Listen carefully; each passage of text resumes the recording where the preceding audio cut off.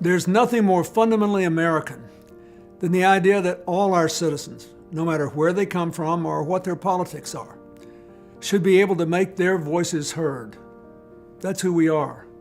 That's how we continue on our journey toward a more perfect union. And that's why today, there is no greater assault on our core values than the rampant efforts to restrict the right to vote. When we restrict who can exercise a right so fundamental, it affects everyone. As Dr. King reminded us, injustice to one group is injustice for all.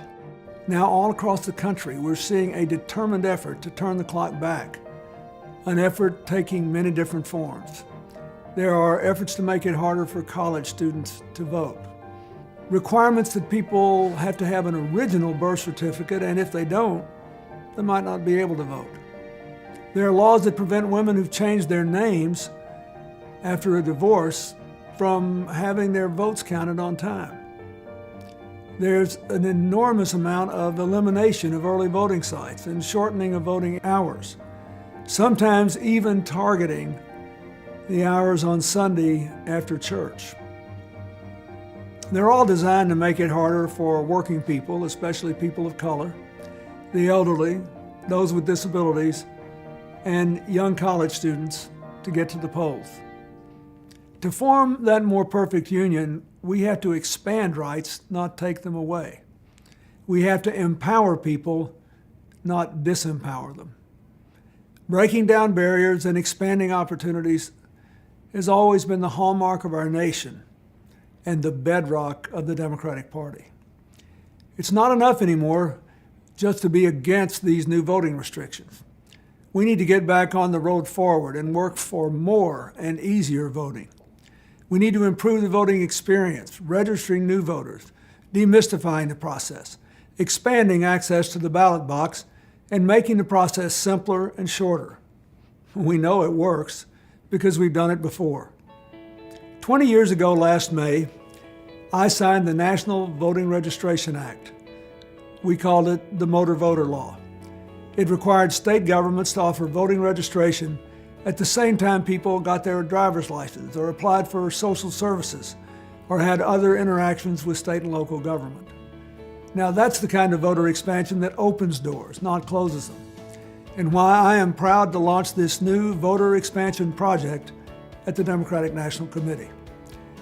Rooted in our party's core values of inclusion and expanded opportunity, this project, through legislation, education, registration, and good old-fashioned advocacy and organizing, will protect and extend the franchise to more Americans. Here's what we'll do. We'll get more of our fellow citizens to vote, not fewer. We'll work to make it easier to vote, not harder. And we'll make sure that once you cast your vote, it will count. Now just think what that would mean. Maybe if more people's voices were heard, we'd be closer to equal pay for equal work, closer to equality for all, closer to economic opportunity for every American in all those communities where people have been left behind. Maybe if more people's voices were heard, there'd be more cooperation and less gridlock in Washington. Of course, that's what scares the opponents of progress. They want to have fewer people vote. The weekend before last year's election in Virginia, a Republican operative in the state said his party's path to power was lower turnout. He predicted that higher turnout would mean a Democratic victory.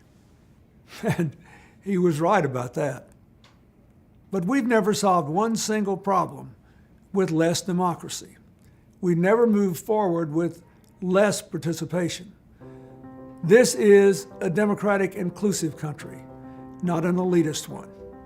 When we make it easier to vote, get people signed up, get them to the polls, and then make sure their votes are counted, that's when America can do great things. When we can not just change elections, we change history.